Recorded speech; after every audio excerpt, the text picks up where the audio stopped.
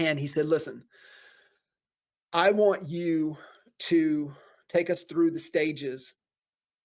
And I said, gotcha. I can take you through the 8 stages. I said, how about I come from the angle as if I was coaching us 20 years ago? I said, love it. I said, okay, good. Because I did do this thought exercise at the end of the year, thinking about reflecting over the past 20 years, because October was 20 years, licensed in January of 05. So January was 20 years licensed in the game. And thinking through, how would I have coached these two 27-year-old knuckleheads from Lawton, Oklahoma?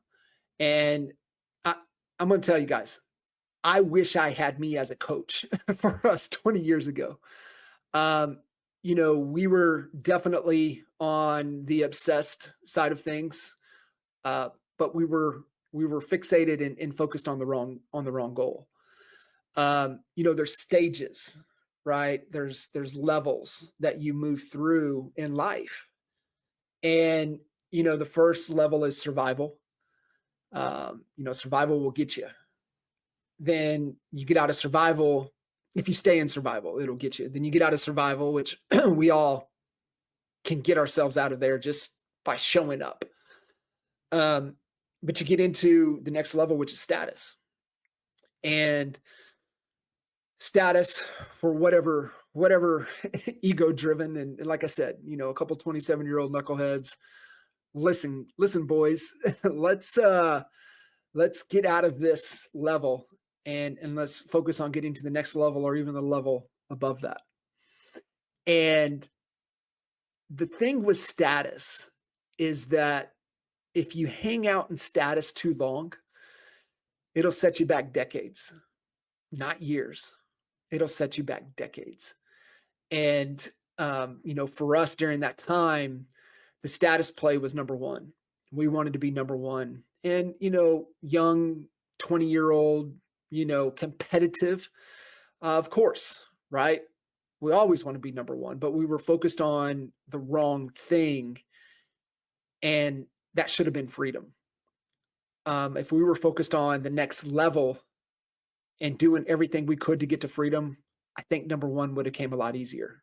We landed at number 2 in the world for Caldwell Banker, and we were still number 2 in our market as we went head to head with the top 10 Remax team on the planet every freaking day, which sharpened and made us who we are. I mean, without Lawton, Oklahoma, the price point, the competitiveness, the small town mentalities,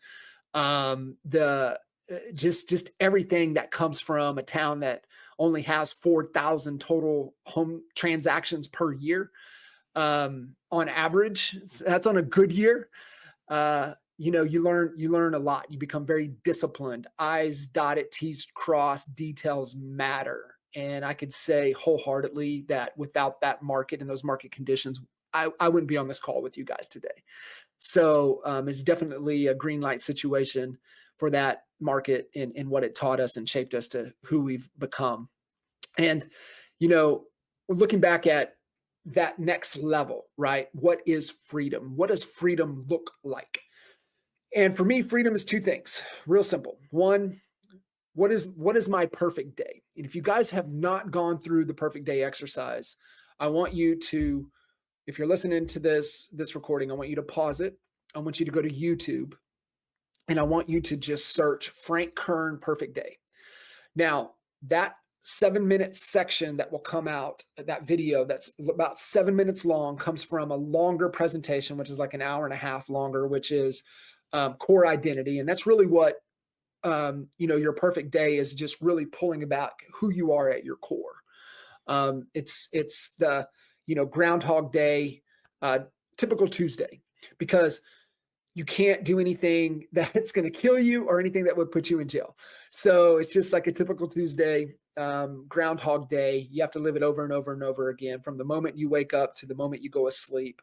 The exercise is to just think through every emotion, sense, like, what do you see? What do you feel? What do you smell? What do you hear? Like, the moment you wake up, who you're laying next to, your feet is on the floor. Is it hardwood? Is it tile? You look out the window.